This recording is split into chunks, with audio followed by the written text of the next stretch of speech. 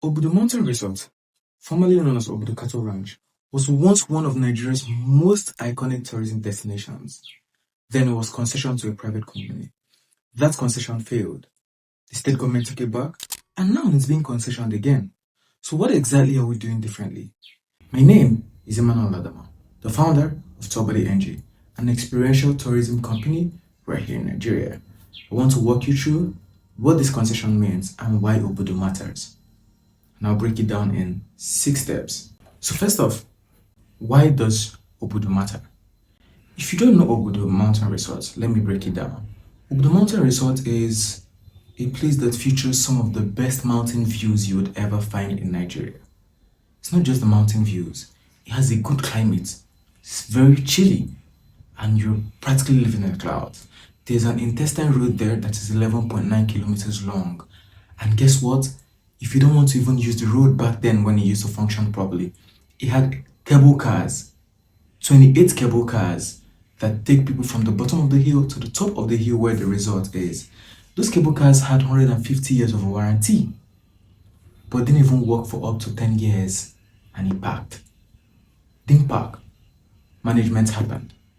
Now, there are also cabins, one of the most beautiful cabins you would ever find anywhere in Nigeria. So now, this is what Obudu Mountain Resort looks like. It has a beautiful landscape, it has beautiful weather, it has lots of assets and spots. I mean, waterfalls, views, camping sites and stuff.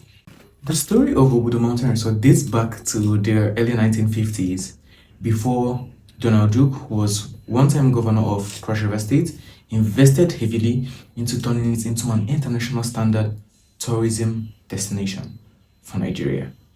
It's a place that features lots of culture, history, landscape, nature, wildlife, and amazing climate. In 2017, the state government entered a 25 years concession with a private company called SIBA.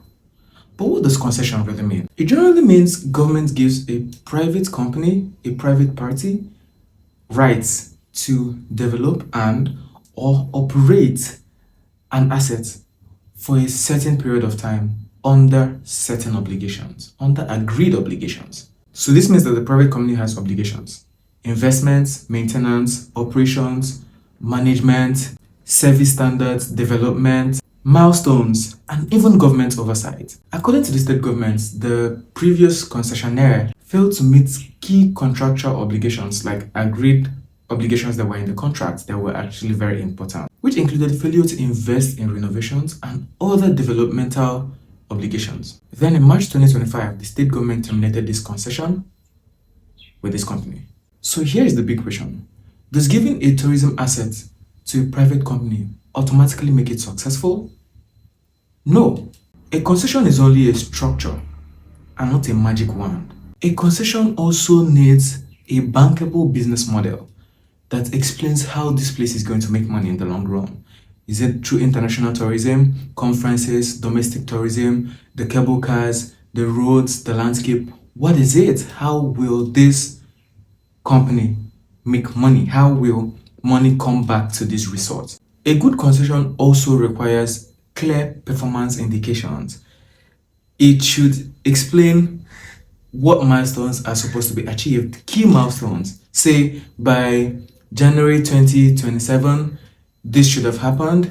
By April 2030, this should have happened. Do you understand what I'm saying? By X year, Y should have happened. By Y year, Z should have happened. So it's not just to come and invest in Obudu. There should be clear performance obligations for the concessionaire. A good concession should also have government oversight. The government should not just disappear after signing the contract and taking the money, but shouldn't also interfere with the progress, with the work going on. There should be a monitoring system, an independent oversight and team that measures the agreed obligations. And accountability is key at this point too. For a destination like Obudu, a good concession requires community participation. I read an article where the essay to the governor was encouraging the community, traditional leaders, women, youths, community leaders to support the private company, the concessionaire, in making sure that what has to be done is done. The government is also framing the project as a source of business development, community support, and local engagement. And this is actually very good because a couple months ago I made a post how the communities in Obudu haven't seen power for more than 10 years. Yes, for more than 10 years, they haven't seen power. But they find ballot boxes to vote. They voted in the last election and they will vote in the next election. So this is good to hear that the state wants to involve the community in making sure that they are gainfully employed and it benefits them. Because you cannot build a successful tourism destination while treating the host communities like spectators. And number 5, what would success look like? For me, thinking about it, the success of this concession will not appear in what the rooms look like, the upgrade in the room standard, and other stuff like that. Here are ways I will measure it. Visitors. How many people are coming? Length of stay. How long are people staying in the resort? Are they even staying longer? Jobs. How many locals are gainfully employed? How many locals are working there? Local businesses. How many local businesses benefit? Investment. How much private capital is deployed, is put in there? Experience. Are visitors satisfied? Conservation. Is the place being protected? And finally, community. Are the host communities benefiting? These are the criteria that I would use to judge whether this concession is successful. Let's bring it back to Nigeria. This is not just an Obudu thing.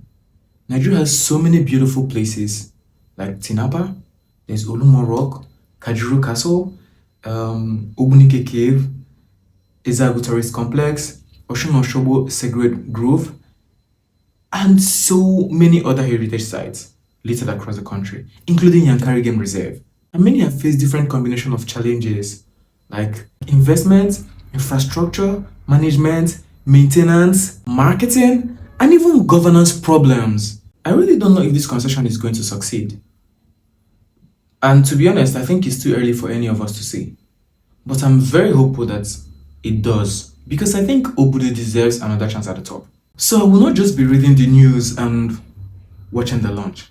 I'll be watching the investments, the infrastructure, the visitor numbers, the jobs it creates, the experiences, and most importantly, I'll be watching the benefits reaching the communities in Obudu and Obanliku. I've taken people from Enugu to Obudu countless times, so I've seen what the journey looks like from the perspective of an actual tourist. So when I look at this concession, I'm not asking whether the buildings are going to be renovated. The real question is, will I be able to sell Obudu as a world-class tourism experience to customers? And can I confidently bring them back? Until next time, let's build better destinations. God bless Nigeria.